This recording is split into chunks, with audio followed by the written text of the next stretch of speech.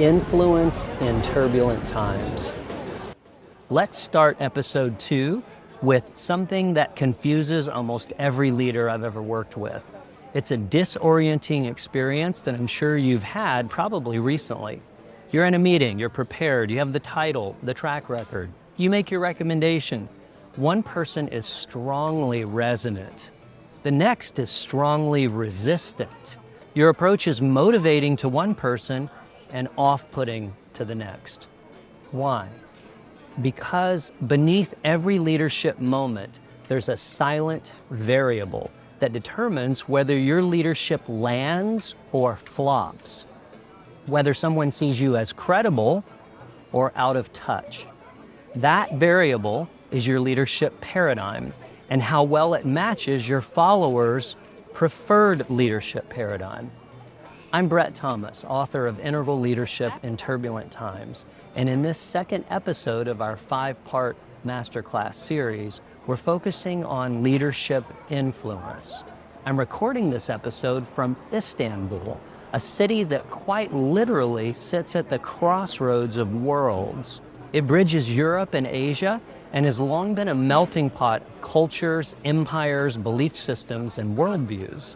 And that makes it a fitting backdrop for today's topic, leadership influence and the hidden role that worldviews play in whether people see you as a credible leader or not. Failing to understand leadership paradigms and follower worldviews is a lot like visiting another culture with no idea what's polite or offensive. You could say the wrong thing in the wrong way and not even know it.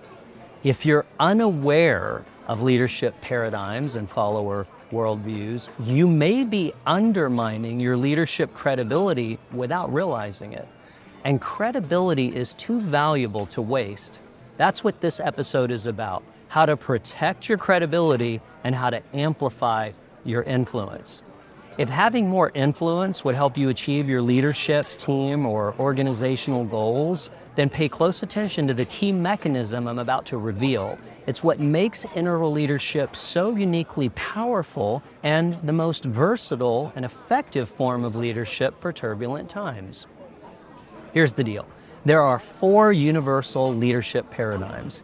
Each one defines effective leadership differently. And every follower, every single individual in your organization has a psychological makeup that makes one of these paradigms feel credible and trustworthy.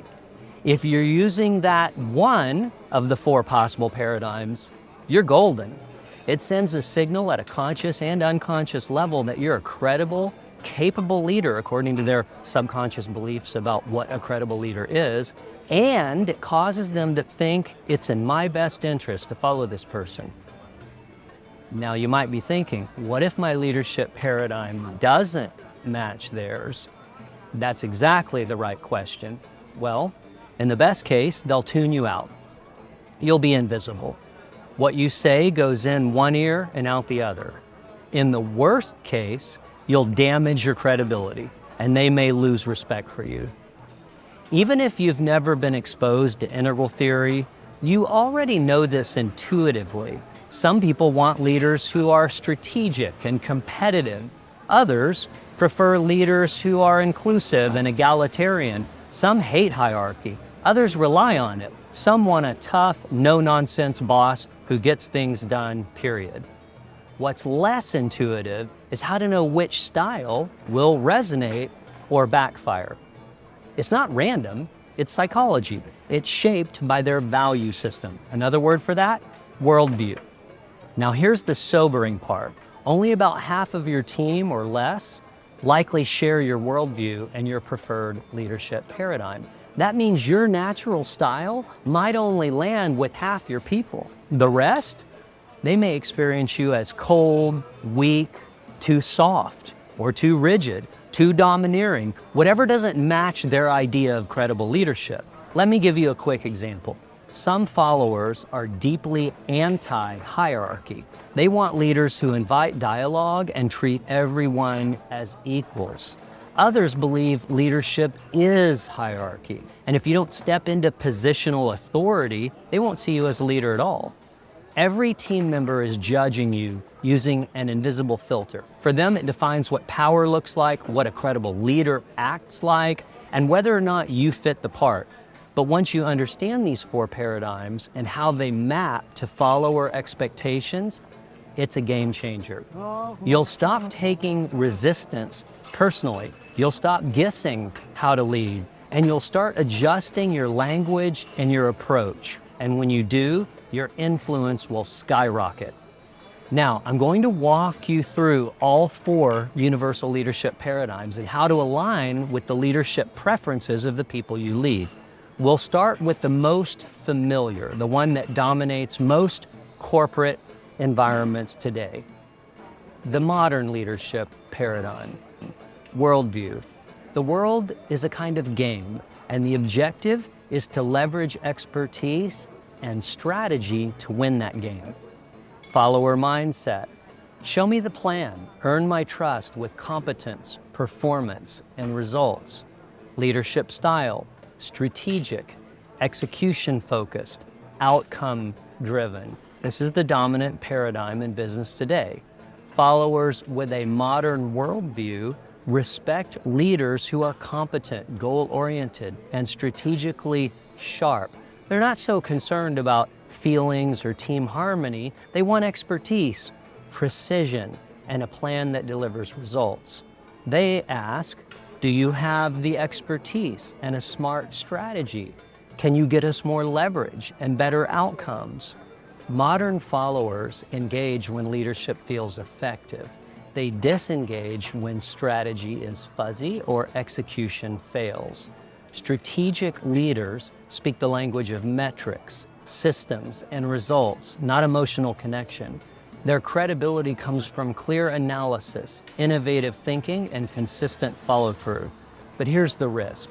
When overused, this paradigm feels transactional. It can come off as cold, treating people like cogs in a wheel. So if the modern paradigm is your default, your challenge is to drive results without burning out your team or looking like you care more about numbers than people. The postmodern leadership paradigm. This worldview says power should be shared. Leadership is largely about EQ, emotional intelligence, and being inclusive and being emotionally attuned. The follower mindset. Be real with me. Respect my voice. Treat me as an equal. Leadership style. Humanistic, inclusive, consensus-driven.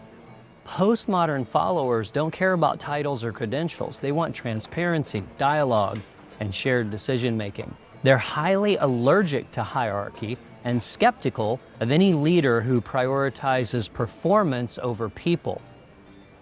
Followers with the postmodern worldview ask, are you an inclusive leader? Who gets to speak? Whose voices are missing? Are all voices heard and respected? Are you an empathetic leader? Are you considering people or just performance? This paradigm values inclusivity, diversity, and respects what they call subjective lived experience, psychological safety, co-creation, and the we space.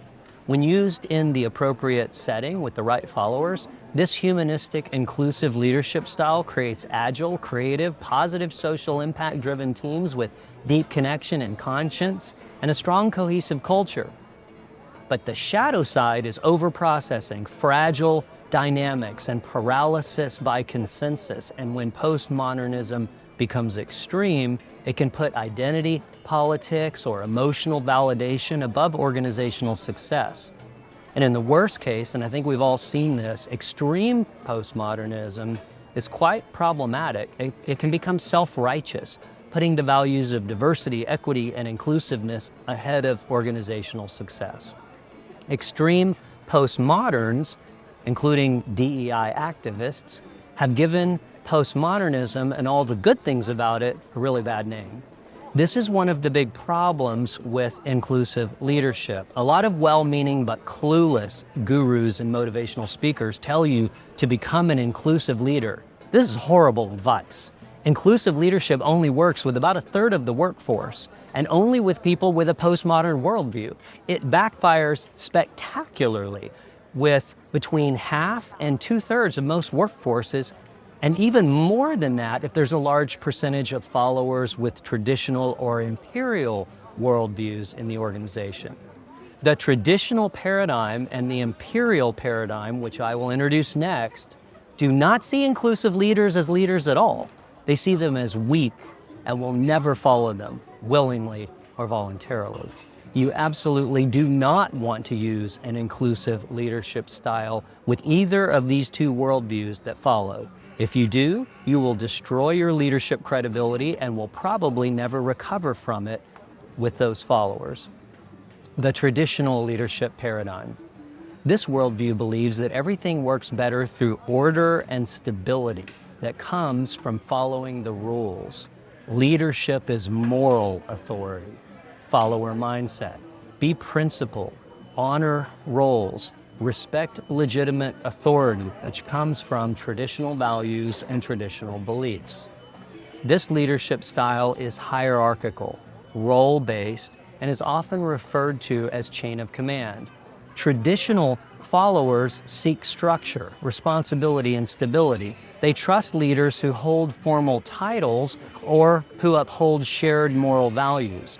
Trendy ideas or inclusive language definitely does not land here. They want consistency, clarity, and discipline. Followers with a traditional worldview ask, do you have the title or the moral authority to lead? Do you follow the rules, protocols, and chain of command? Are you protecting the traditions and the structure they rely on? This paradigm thrives in institutions, family businesses, and legacy organizations. When applied well, it creates a strong sense of belonging, continuity, and shared responsibility. In the right circumstances, traditional leadership paradigm and the authority leadership style that goes with it creates a powerful sense of belonging, structured stability, and consistency that is reassuring for followers with a traditional worldview who believe there's only one right way to think and behave. And that one right way is defined by authority, their traditional values and beliefs. But if you use this traditional paradigm and the authority leadership style with followers who do not have a traditional worldview, it will come across as old-fashioned, parental, and out of touch with the modern and postmodern world many organizations are operating in. The imperial leadership paradigm. Worldview. The world is dangerous. Leadership is power and protection. Follower mindset. The leader is the person with the most power. Leadership style. Commanding, protective, dominance-based. It's called autocratic leadership, and it's the oldest leadership paradigm. It's rooted in survival.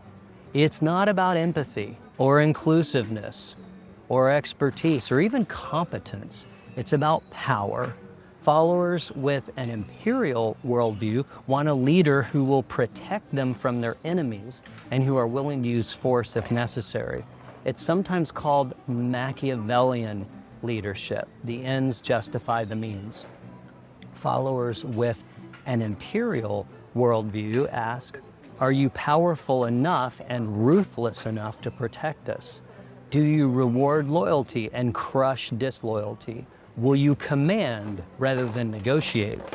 You'll see this style in dangerous jobs and highly volatile industries, ethnocentric, nationalistic, and authoritarian cultures, or where people feel under threat. You've heard it called strongman leadership, and as you've seen with the rise of authoritarianism in the US and many other countries, it's quite popular. Autocratic leadership is power-centric, direct, decisive, and unapologetically in charge. It works well in the right circumstances, which is mainly with followers with an imperial worldview. But use this style with followers who have a modern or especially a postmodern worldview, and it backfires fast. To them, it reads as egocentric, reckless, toxic, or abusive. Bottom line, this paradigm is effective when followers expect dominance, but alienating when they don't. Mismatching paradigms. Now let's talk briefly about the real danger of mismatching paradigms. The fastest way leaders undermine or destroy their own credibility with their team, their boss, or even the leadership team above them. Look, credibility is the currency of leadership. And in turbulent times, you need more of it, not less. When your leadership style reflects a paradigm that doesn't match your followers' worldview, your behavior does not even register as leadership.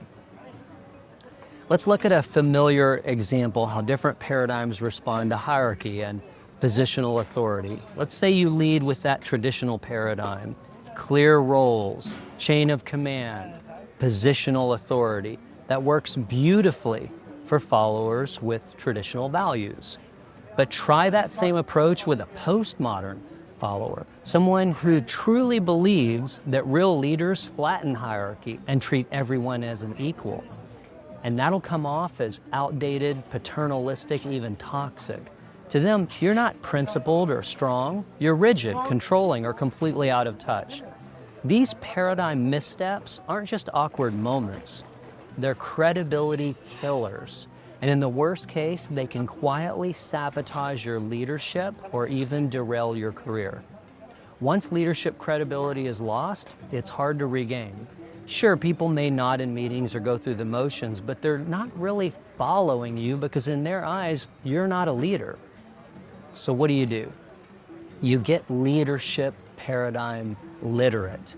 You learn to read people, not just their behavior, but their psychological operating system, the values, beliefs, and expectations they hold about leadership and about leaders. Once you're literate in these paradigms, you can develop real leadership versatility. That's the key to influence in turbulent times. To lead effectively, you have to adjust your language and your approach so you resonate, not repel. Because in today's world, the leaders who thrive aren't the ones with the most knowledge or the biggest title. They're the ones with credibility and influence. If there's one thing I hope you take away from this episode and the Integral Leadership in Turbulent Times Masterclass, it's this.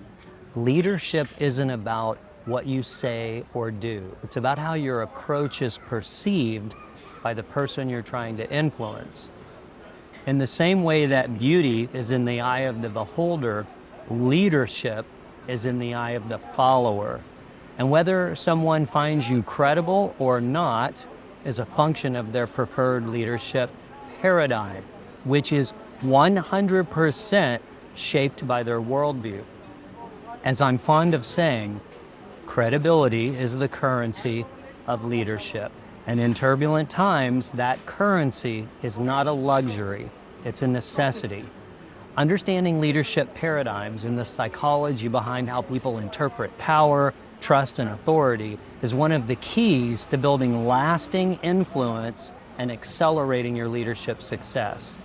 If you want help applying this, it's well within reach. This topic is covered in depth in my latest book and throughout many of my books on leadership and management. And more importantly, we now have AI tools that can instantly identify the worldviews and preferred leadership paradigms of your team members and then guide you to adjust your messaging in the most resonant way possible. I've included links to all the relevant resources in the description. How to access the recordings of all 5 episodes in this masterclass, a free digital copy of the book, and how to get your hands on both my Leadership Paradigms AI Assistant and my Universal Translator tool. Have a good week, and I look forward to continuing this discussion in episode 3 of Leadership in Turbulent Times Masterclass series.